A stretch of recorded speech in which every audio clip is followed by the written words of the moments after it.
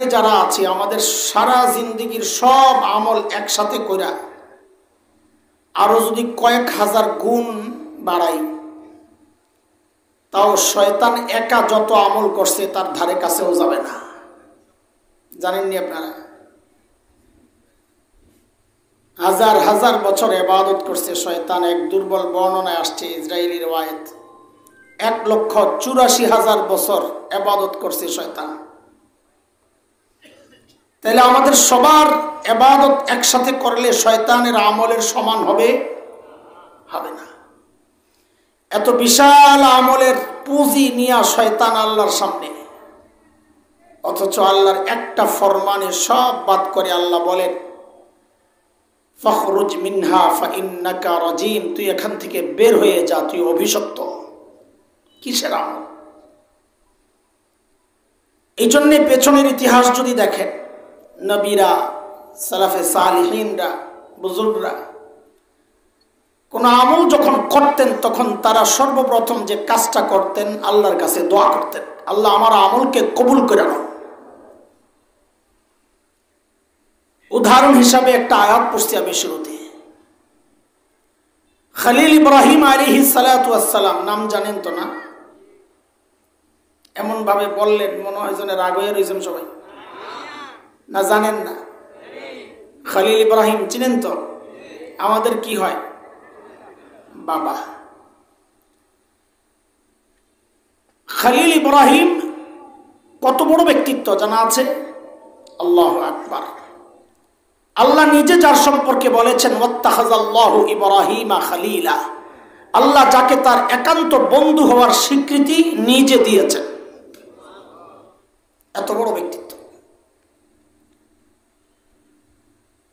সাথে ইসমাঈল আলাইহিস সালাম,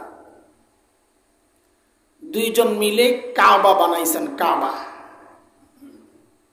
বাইতুল্লাহ। বাইতুল্লাহ নির্মাণ কি কোনো সাধারণ কাজ? আরে বাইতুল্লাহর দাম কত? বাইতুল্লাহর আশেপাশে যেই মসজিদ, যাকে বলে মসজিদুল হারাম, বাইতুল্লাহর কারণে ওই মসজিদের দাম কত হয়েছে? হাদিসে আসছে আমরা সাধারণ মসজিদে নামাজ পড়লে যেই সওয়াব হয়, মসজিদুল হারামে নামাজ পড়লে 1,00,000 গুণ বেশি সওয়াব হয়।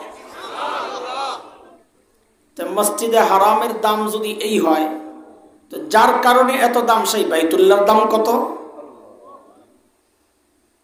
ব্যক্তিও বড়, কাজও করছেন অনেক বড়। এত মহান ব্যক্তি এত বড় কাজ করার পরেও তিনি কি করলেন? কোরআন কি বলে? আল্লাহ বলতেছেন وَإِذْ يَرْفَعُ إِبْرَاهِيمُ الْقَوَاعِدَ مِنَ الْبَيْتِ وَإِسْمَاعِيلُ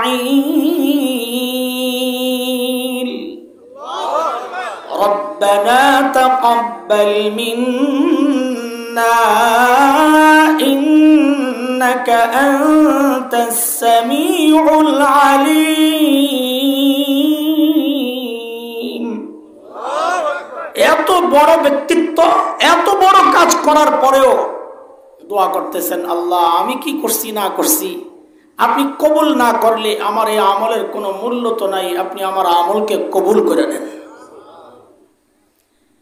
এই জন্য নবী আলাইহিস সালামও কোন আমল করার পর দোয়া করতেন, আল্লাহ কবুল করে নেন। কারণ যদি ব্লক থাকে, আপনি শত কোটি ইবাদত করলেও ব্লক থাকলে তো যাবে না। একটা উদাহরণ দিয়ে শোনেন। আমরা যেই নাম্বার ব্যবহার করি, কোনোভাবেই ওই কেমনে যেন নাম্বারগুলো ছড়ায়া যায়। কোন আল্লাহর বান্দা মহাব্বতের সাথে অনলাইনে দিয়ে দিস, এটা হুজুরের নাম্বার, অমুক হুজুরের এই নাম্বার, অমুক হুজুরের, এটা জায়েজ নাই আরেকজনের নাম্বার এইভাবে পাবলিশ করা। এখন পাবলিক তো জ্বালায় জ্বালায়, খালি ফোন আর ফোন, ফোন আর ফোন।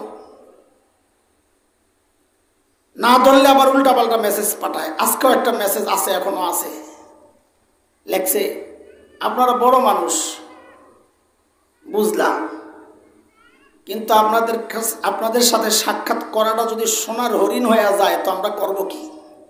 লেখছে বেচারা খুবই কষ্টে।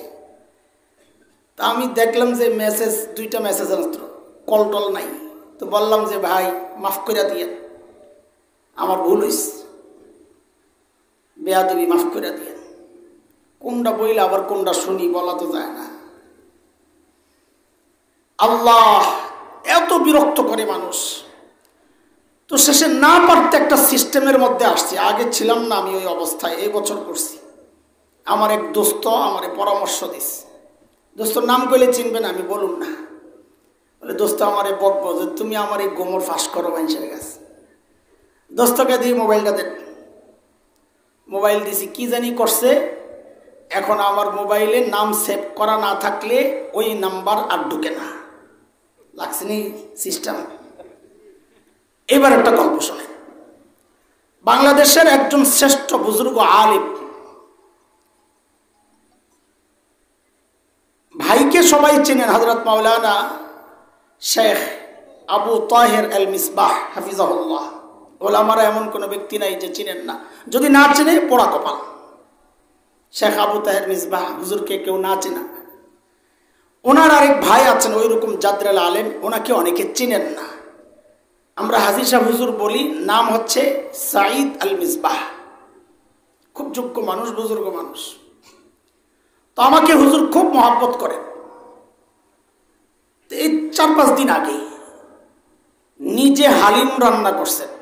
খুব ভালো হালিম পাকাইতে পারেন হুজুর। হালিম রান্না করে এই বড় ডিশ দিয়ে আমার বাসায় পাঠাইছেন। আমি ছিলাম মাওনায়, এই কাপাসিয়ায়, দেওনায়, মাওনা না, দেওনা। হুজুর আমার বাসায় পাঠাই, এখন আমার সাথে যোগাযোগ করতে পারতেছেন না। ওই যে ঝামেলা, ওইটা মনে আছে তো? হুজুর আমার নাম্বার যেই আলেম থেকে নিছেন, ওনারে খালি বকতেছেন, তুই আমারে কি নাম্বার দিছস, ভুল নাম্বার, ঢুকে না। ওই আল্লাহর বান্দা চেক করে আবার ফোন দেয়, হুজুর নাম্বার তো ঠিক আছে।